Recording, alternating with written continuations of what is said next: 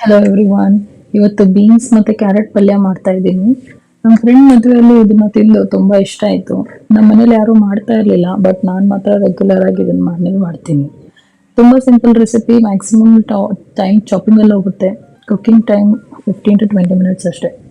ಮೊದಲು 2 ಚಮಚ ಎಣ್ಣೆಗೆ ಸಾಸಿವೆ, ಜೀರಿಗೆ, ಒಣಮೆಣಸಿನ್ಕಾಯಿ, ಉದ್ದಿನಬೇಳೆ, ಕಡಲೆಬೇಳೆ ಮತ್ತೆ ಕರಿಬೇವು ಹಾಕಿ ಫ್ರೈ ಮಾಡ್ಕೊಡ್ಬೇಕು.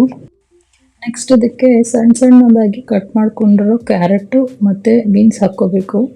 ಇದನ್ನ ಚೆನ್ನಾಗಿ ಹುರ್ಕೋಬೇಕು. ಮತ್ತೆ ನೆಕ್ಸ್ಟ್ ಹಾಕ್ತಾ ಇದೀನಿ ಇದಕ್ಕೆ ಒಂದು ಚುಟ್ಕಿ ಇಂಗು ಮತ್ತು ರುಚಿಗೆ ತಕ್ಕಷ್ಟು ಹಾಕೊಂಡು ಇದನ್ನ ಚೆನ್ನಾಗಿ ಹುರ್ಕೋಬೇಕು. ಚೆನ್ನಾಗಿ ಮಿಕ್ಸ್ ಮಾಡಿ ಈಗ ಸ್ವಲ್ಪ ಕೊತ್ತಂಬರಿ ಹಾಕಿ ಮತ್ತೆ ಇದನ್ನ ಕ್ಲೋಸ್ ಮಾಡ್ತಾ ಇದ್ದೀನಿ ಲಿಡ್. ಒಂದು 10 ಮಿನಿಟ್ಸ್ ಕಡಿಮೆ ಫ್ಲೇಮಲ್ಲಿ ಕುಕ್ ಮಾಡಬೇಕು. ಲಾಸ್ಟಲ್ಲಿ ಕೊಕೊನಟ್ ಪೌಡರ್ 2 ಸ್ಪೂನ್ ಹಾಕಿದ್ದೀನಿ. ಮತ್ತೆ ಸರ್ವ್ ಮಾಡ್ಕೋಬಹುದು. ನಿಮ್ಮ ಹತ್ರ ಫ್ರೆಶ್ ಕಾಯಿ ತುರಿ ಇದ್ರೆ ಇನ್ನೂ ಒಳ್ಳೆ ಟೇಸ್ಟ್ ಬರುತ್ತೆ.